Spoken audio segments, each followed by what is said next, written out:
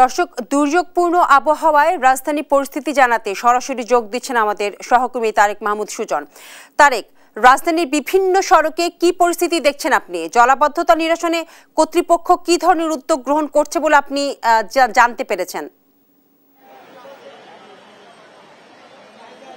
বিপাশা, যেমনটি জানেন, দুদিনের টানা বৃষ্টিতে কিন্তু নিউ মার্কেট সহ সারা দেশের মতোই কিন্তু রাজধানীর বিভিন্ন জায়গায় জলাবদ্ধতার সৃষ্টি হয়েছে।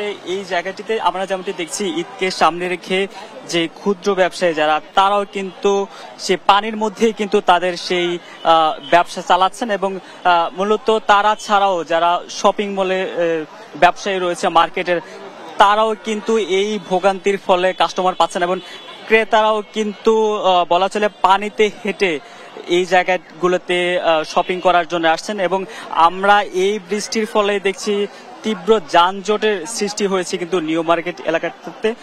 ঠিক ঢাকা কলেজের যে বিপরীত যে সড়কটি, পুরো সড়কটি বলা চলে পানিতে এখন পর্যন্ত ডুবে আছে এবং যানজট তীব্র।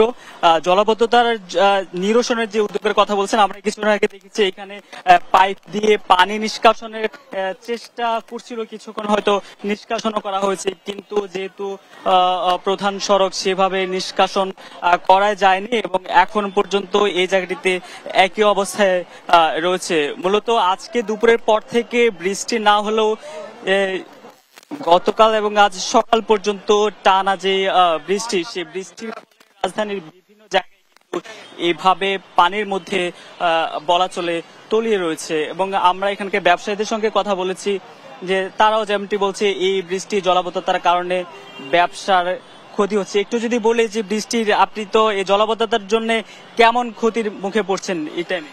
ঈদের সময় তো এখন ক্ষতি, সম্পূর্ণই ক্ষতি, কারণ যে এখন সবাই 2 টাকা রোজগার করতে চায়। এখন এই যে বৃষ্টির কারণে গতকালে বন্ধ, এখন লাগাইতেছি দোকান, তারপরে মাল আনি, অল্প করে মাল আনছে। এখন মালিকের ইচ্ছা যদি বেশি ফলে রিজিকে যা থাকে এই আর কি। যেমনটি বলছেন যে ভোগান্তিতে কিন্তু সাধারণ মানুষ সহ নানান শ্রেণীর ব্যবসায়ীরা কিন্তু ভোগান্তিতে রয়েছে। তো এই ছিল আমার কাছে রাজধানী নিউ মার্কেট থেকে সবশেষ।